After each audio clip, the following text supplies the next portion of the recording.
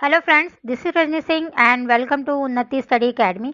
आज हम UGC NET paper 2 Hindi literature पढ़ेंगे। हिंदी लिटरेचर का आज हम यूनिट 1 स्टार्ट कर रहे हैं, हिंदी भाषा और उसका विकास। पहला टॉपिक करेंगे हिंदी की ऐतिहासिक पृष्ठभूमि। इसी में है प्राचीन भारतीय आर्य भाषाएं। तो आज से हमारी हिंदी लिटरेचर की क्लास स्टार्ट हो रही है। अगर आप हमारे चैनल पर नए हैं, वीडियो को पहली बार देख रहे हैं, तो चैनल को सब्सक्राइब ज़रूर करें और बेल आइकन का बटन ज़रूर प्रेस करें ताकि जितनी भी आने वाली वीडियोस हैं उनके नोटिफिकेशन है वो आपको मिलते रहें। तो चलिए जल्दी से स्टार्ट करते हैं आज की क्लास को। हिंदी की ऐतिहासिक पृष्ठभूमि, भारतीय आर्य भाषा का विभाजन। अब भारतीय आर्य भाषा क्या है? आर्य भाषा का आगमन हुआ था जब भारत के अंदर आर्य आए थे।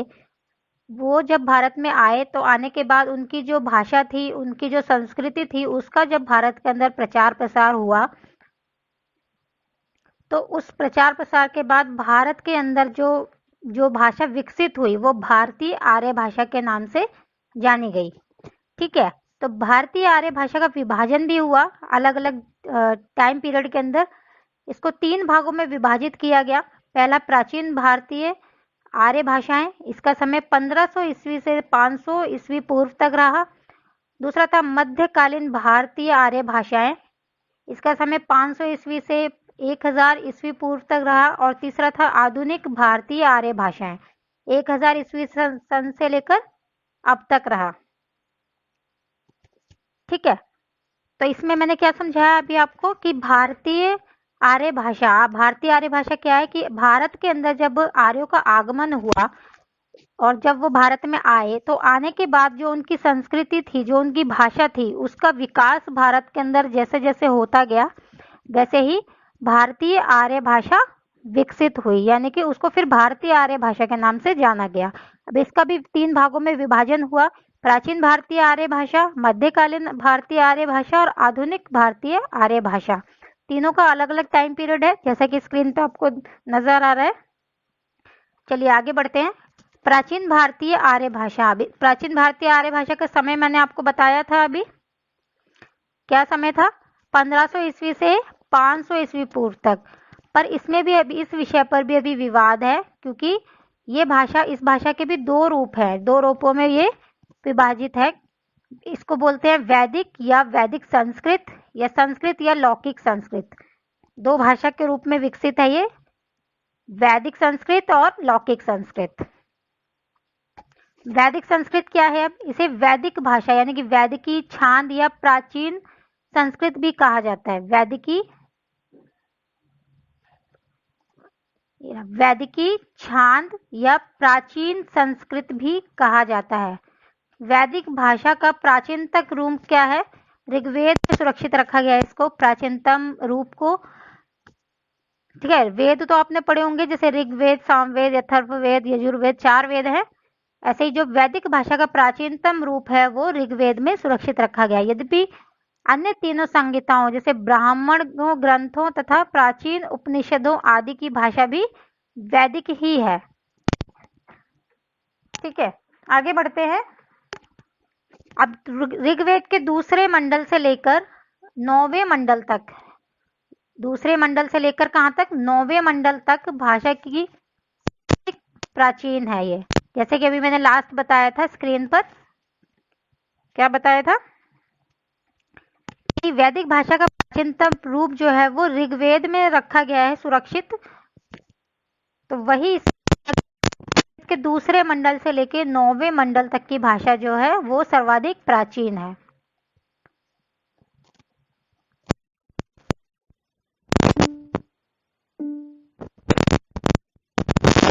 अत्यधिक निकट है तथा अन्य ग्रंथों में भाषा ही प्राचीनतम है। ठीक है,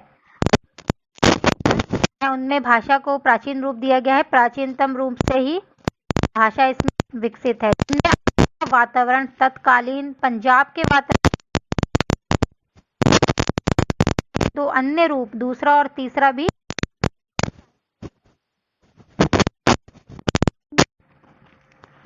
ठीक है, दूसरे रूप में मध्य देशीय भारत का तथा तीसरे रूप में पूर्वी भारत का प्रभाव लक्षित होता है। ज्ञात होता है कि वैदिक भाषा का प्रभाव अनेक शताब्दियों तक रहा।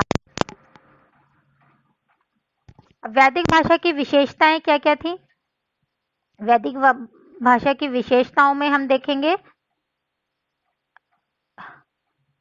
प्रत्येक भाषा का अपना विशिष्ट स्वरूप होता है, ये तो आप सब जानते हैं। कोई भी एक भाषा हो, चाहे हो या संस्कृत हो, कोई भी भाषा हो, सबका एक विशिष्ट स्वरूप होता है। उसके लिखने का तरीका अलग होता है, बोलचाल का तरीका होता है, उसमें कुछ व्याकरण होते हैं और हर किसी के अपने नियम होते हैं।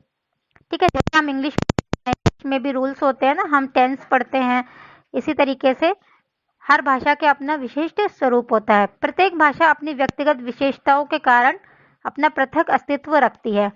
जैसा कि मैंने अभी बताया, इंग्लिश हम जब पढ़ते हैं तब हम उसमें क्या पढ़ते हैं, ABCD से हम सीखते हैं, फिर हम टेंस सीखते हैं, पास्ट प्रेजेंट फ्यूचर, उसी के अकॉर्डिंग हम बोलते हैं कि आने वाले टाइम को क्या बोलेंगे, बीते हुए टाइम को बोलेंगे। उसी तरीके से हर एक भाषा का जो विशेषता होती है वो अलग अलग होती है, उसका अस्तित्व अलग अलग होता है। ठीक है, किसी भी भाषा की ऐसी विशेषताएं ही उसे अन्य भाषाओं से पृथक करती हैं।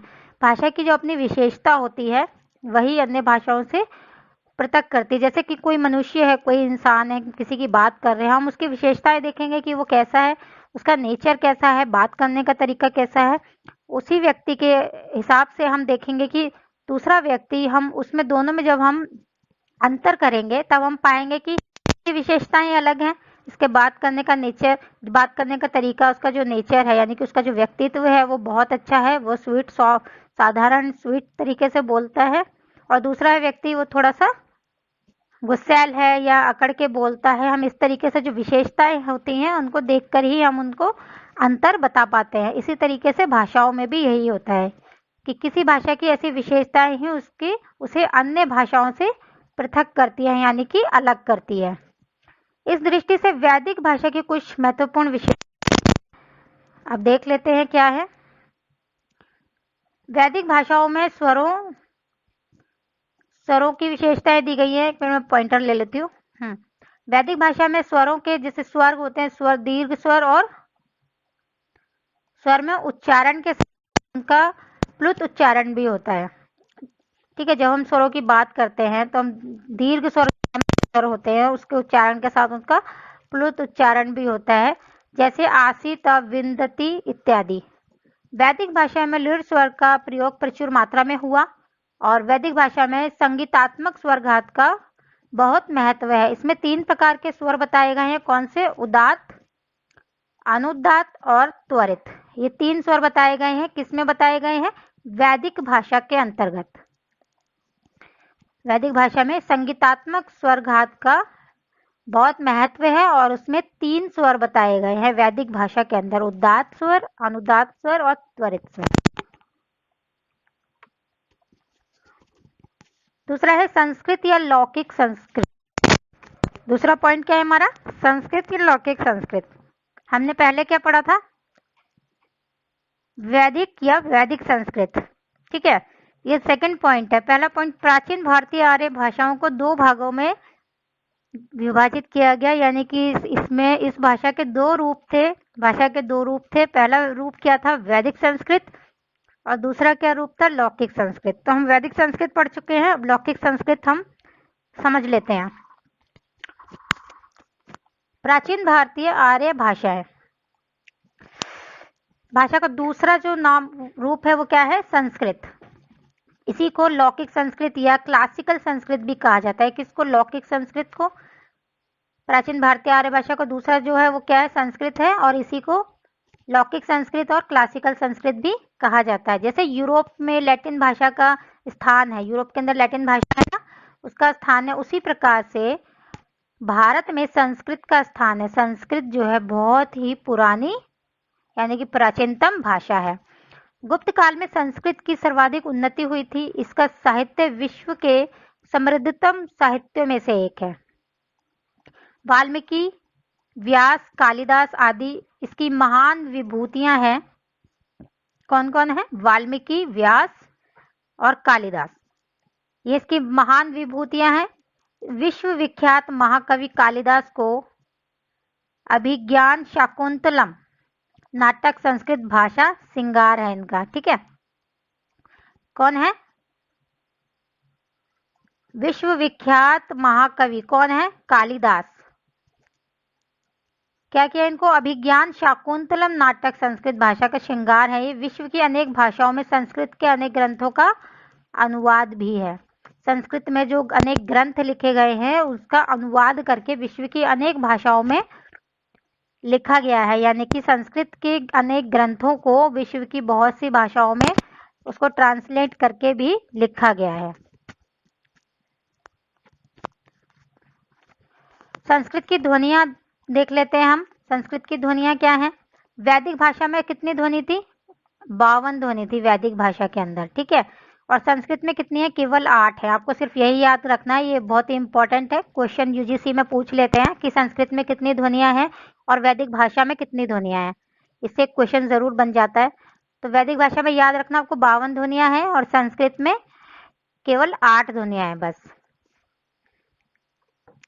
संस्कृत भाषा की विशेषताएं अब देख लेते हैं।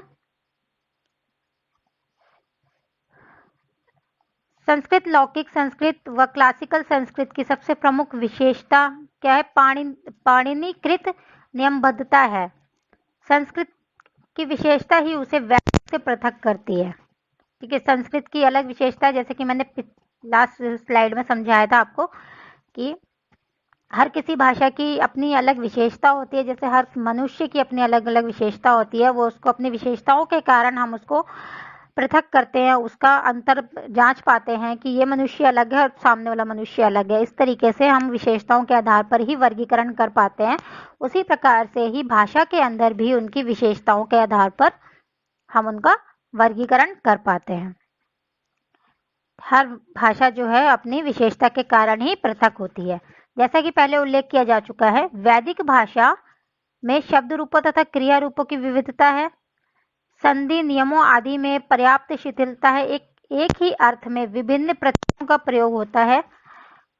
इस सब के साथ ही वैदिक भाषा में अपवादों की संख्या भी बहुत अधिक है तथा भाषा में स्वच्छंदता की प्रवृत्ति दृष्टिगोचर होती है। प्राचीन भारतीय आर्य भाषाओं में हमने प्राचीन भारतीय आर्य भाषाओं के दोनों रूप पढ़े, वैदिक और संस्कृत। दोनों को बहुत अच्छे से मैंने एक्सप्लेन करा है।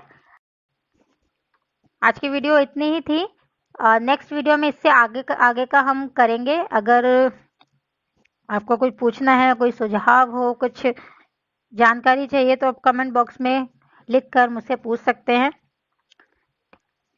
वीडियो अच्छी लगी हो तो चैनल को लाइक, शेयर एंड सब्सक्राइब जरूर करें और बेल आइकन का बटन जरूर प्रेस करें ताकि नोटिफिकेशन आपको मिलता है। नेक्स्ट वीडियो में मिलेंगे। इससे आगे का हम पढ़ेंगे, जितना हमने अब तक कवर किया है इससे आगे का पढ़ेंगे। और चैनल से जुड़े रहिए।